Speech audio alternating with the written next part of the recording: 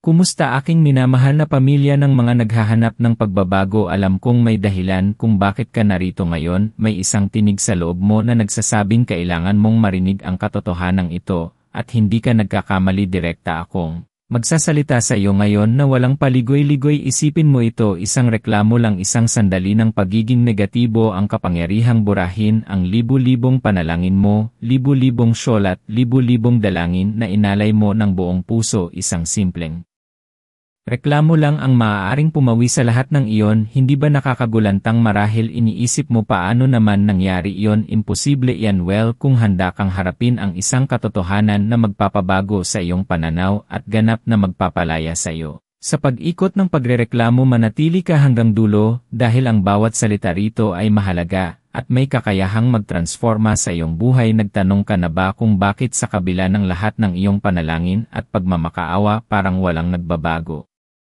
O kung bakit kahit anong pagsisikap mo na maging positibo palagi kang nadadapa sa bitag ng pagiging negatibo at pagrereklamo? Narinig mo na ba ang sarili mo na nagbubulong-bulungan tungkol sa traffic, sa init ng panahon, sa trabaho, sa bills, sa kasamahan, sa bahay, sa lahat ng bagay na tila ba hindi mo kontrolado? Alam kong dahil lahat tayo ay nakakaranas niyan, hindi ka nag-isa, naranasan ko rin yan at nakikita ko ito sa maraming tao sa paligid ko. May isang kaibigan ako, si Mang Tonyo, isang napakarelihiyosong tao na halos araw-araw ay nasa simbahan o nagdarasal sa bahay at napakaraming gawaing kabutihan, pero napansin ko tuwing magkikita kami lagi siyang may reklamo tungkol sa gobyerno, sa presyo ng bilihin, sa mga kapitbahay, sa kalusugan niya. Kahit sa simpleng pagtaas ng presyo ng kape, laging may malalim na buntong hininga at pagrereklamo. Sa kabila ng lahat ng kanyang spiritual na pagsisikap at kabutihan, parang may bahagi sa kanyang buhay na hindi kailanman nakakaramdam ng kapayapaan o ganap na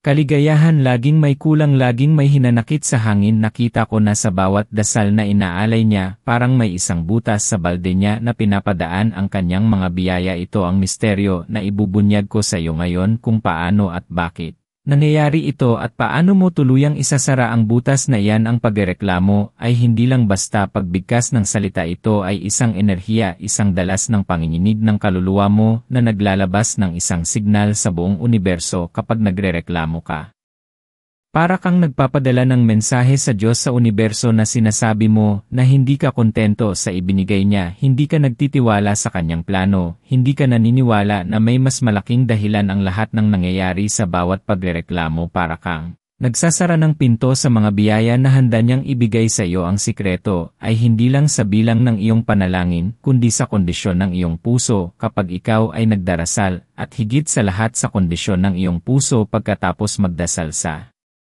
spiritual na aral, ang pagsamba o panalangin ay hindi lang ritual, ito ay pagpapakita ng pagsuko, ng pagtitiwala at ng pagpapasalamat. Kapag nagdarasal ka, inilalagay mo ang iyong sarili sa isang estado ng pagtanggap at pagkakaugnay sa iyong pinagmulan. Pero paglabas mo sa pintuan ng iyong silid o simbahan at nagsimula kang magreklamo, agad mong sinisira ang tulay na binuo mo sa iyong panalangin. Sa neuroscience, kapag nagrereklamo ka, lumalabas ang stress hormone na cortisol sa iyong katawan. Ito ay nagpapataas ng iyong blood pressure, nagpapahina ng iyong immune system at nagpapalit ng wiring ng iyong utak. Ginagawa nitong mas madali para sa iyo ang magreklamo ulit. Ito ay nagiging isang ugali, isang comfort zone, kahit na alam mong masama para sa iyo. Nahihirapan kang huminto dahil ang utak mo ay nasanay na sa dopamine hit na nakukuha mo sa pagrereklamo. Dahil sa sandaling iyon, para kang nakakaramdam ng validated, may kasama ka sa misery mo o naiintindihan ka. Kaya ang pagrereklamo ay nagiging parang isang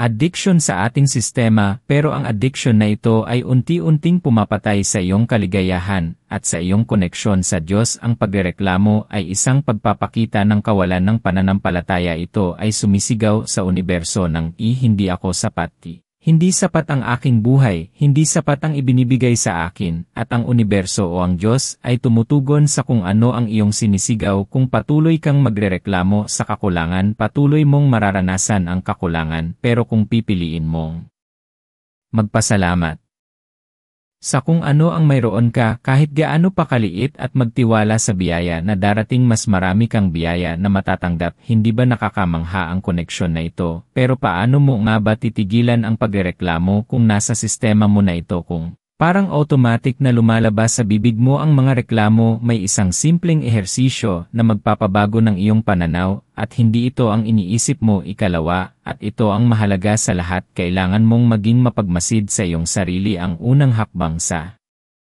pagbabago ay ang kamalayan. Kailangan mong marinig ang sarili mo na nagrereklamo at aminin na, nagrereklamo na naman ako .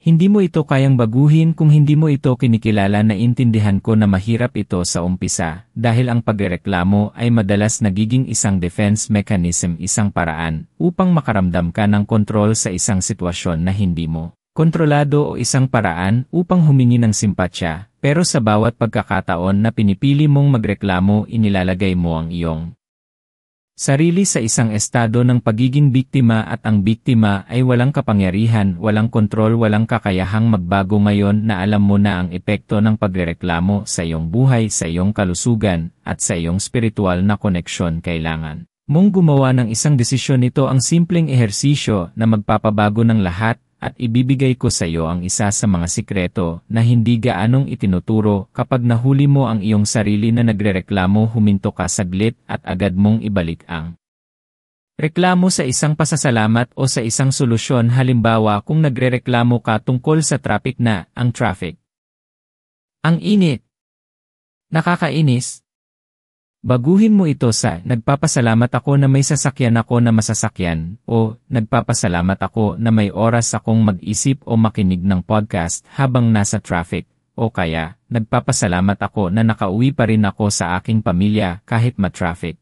Sa unang pagkakataon pakiramdam mo ay peking-peke ang ginagawa mo, pero patuloy mong gawin ito. Ito ang dahilan kung bakit ito gumagana. Hindi mo lang binabago ang iyong salita, binabago mo ang focal point ng iyong utak. Kapag nagrereklamo ka, ang utak mo ay nakatuon sa problema, sa kakulangan, sa negatibo. Pero kapag pinipilit mong magpasalamat, kahit sa gitna ng problema, pinipilit mong hanapin ang kabutihan, ang pag-asa, ang positibo, at ang utak mo ay sadyang idinisenyo upang hanapin ang anumang pinakikain mo dito. Kaya kung pakakainin mo ito ng pasasalamat, mas maraming dahilan para magpasalamat ang mahahanap mo. Ito ay nagpapalabas ng serotonin, ang feel-good hormone na nagpapataas ng iyong mood, nagpapabuti ng iyong kalusugan, at nagpapatibay ng iyong koneksyon sa banal. Isipin mo ang kwento ni Aling Nena, isang biyuda na may 5 anak. May maliit lang siyang tindahan, pero sa kabila ng lahat ng pagsubok at kakulangan, kailanman ay hindi mo siya narinig na nagrereklamo. Sa bawat pagsubok, ang sinasabi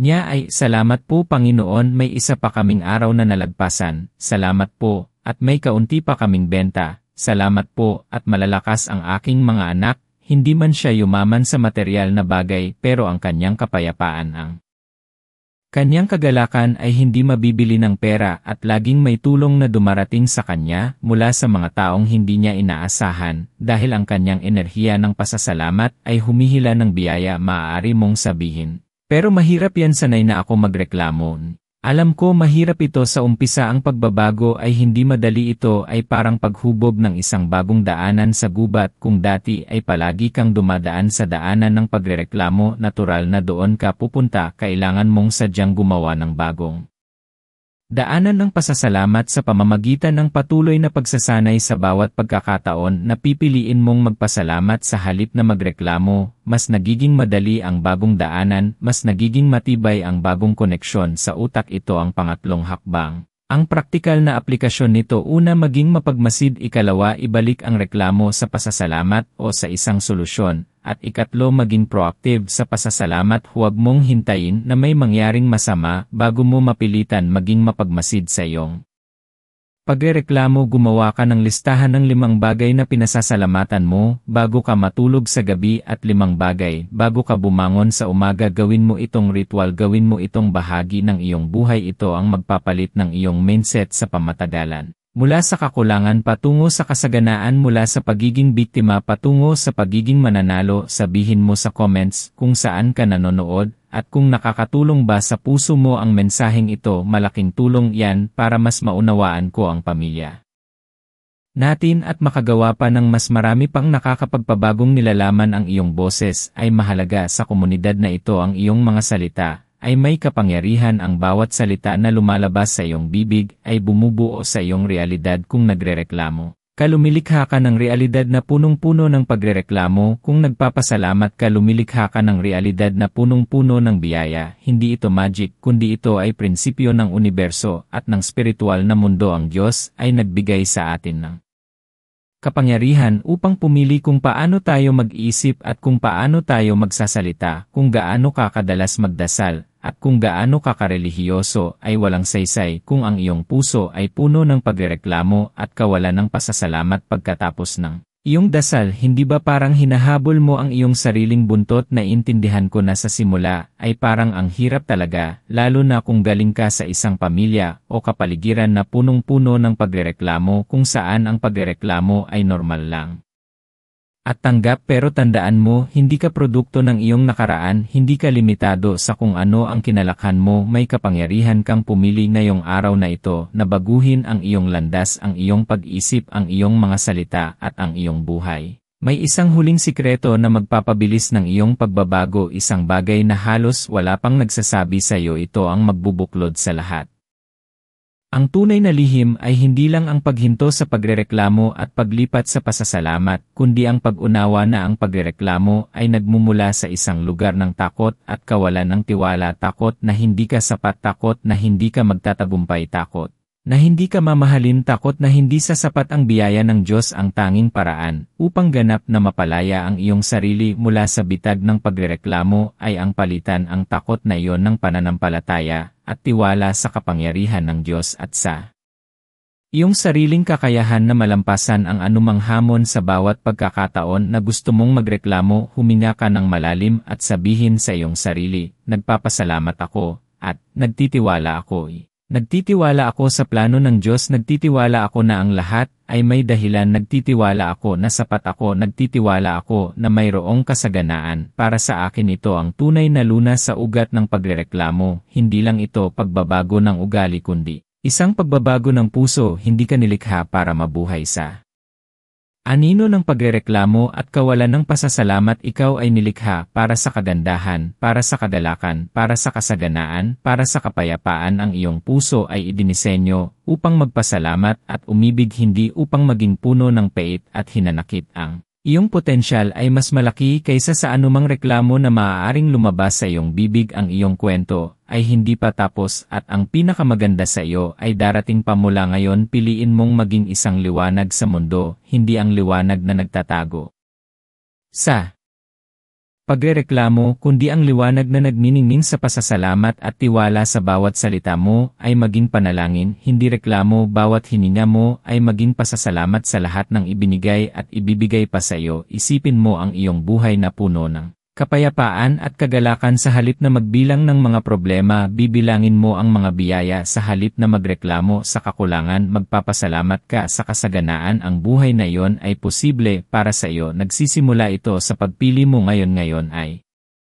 inaanyayahan kita sa isang sandali ng panalangin upang selyuhan ang pagbabagong ito sa iyong puso. Panginoon naming Diyos, Ama ng lahat ng nilalang, buong puso po kaming nagpapasalamat sa aral na ito, sa katotohanan na ibinunyag mo sa amin. Nagpapasalamat kami sa iyong walang hanggang pagmamahal at habag na laging naririto, kahit sa mga sandali ng aming kawalan ng pananampalataya. Patawarin mo po kami, Panginoon, sa lahat ng pagkakataong kami ay nagreklamo. Sa halip na magpasalamat, patawarin mo po kami sa kawalan ng aming tiwala sa iyong plano at sa aming mga sarili. Linisin mo po ang aming mga puso at isipan mula sa anumang kapaitan, hinanakit at negativity na nagpapalayo sa amin sa iyo at sa aming tunay na layunin. Bigyan mo po kami ng kamalayan at lakas ng loob na piliin ang pasasalamat sa bawat sandali ng aming buhay. Turuan mo po kaming makita ang iyong kagandahan at biyaya sa bawat pagsubok na aming hinaharap. Tulungan mo po kaming palitan ang bawat reklamo ng pasasalamat at bawat takot ng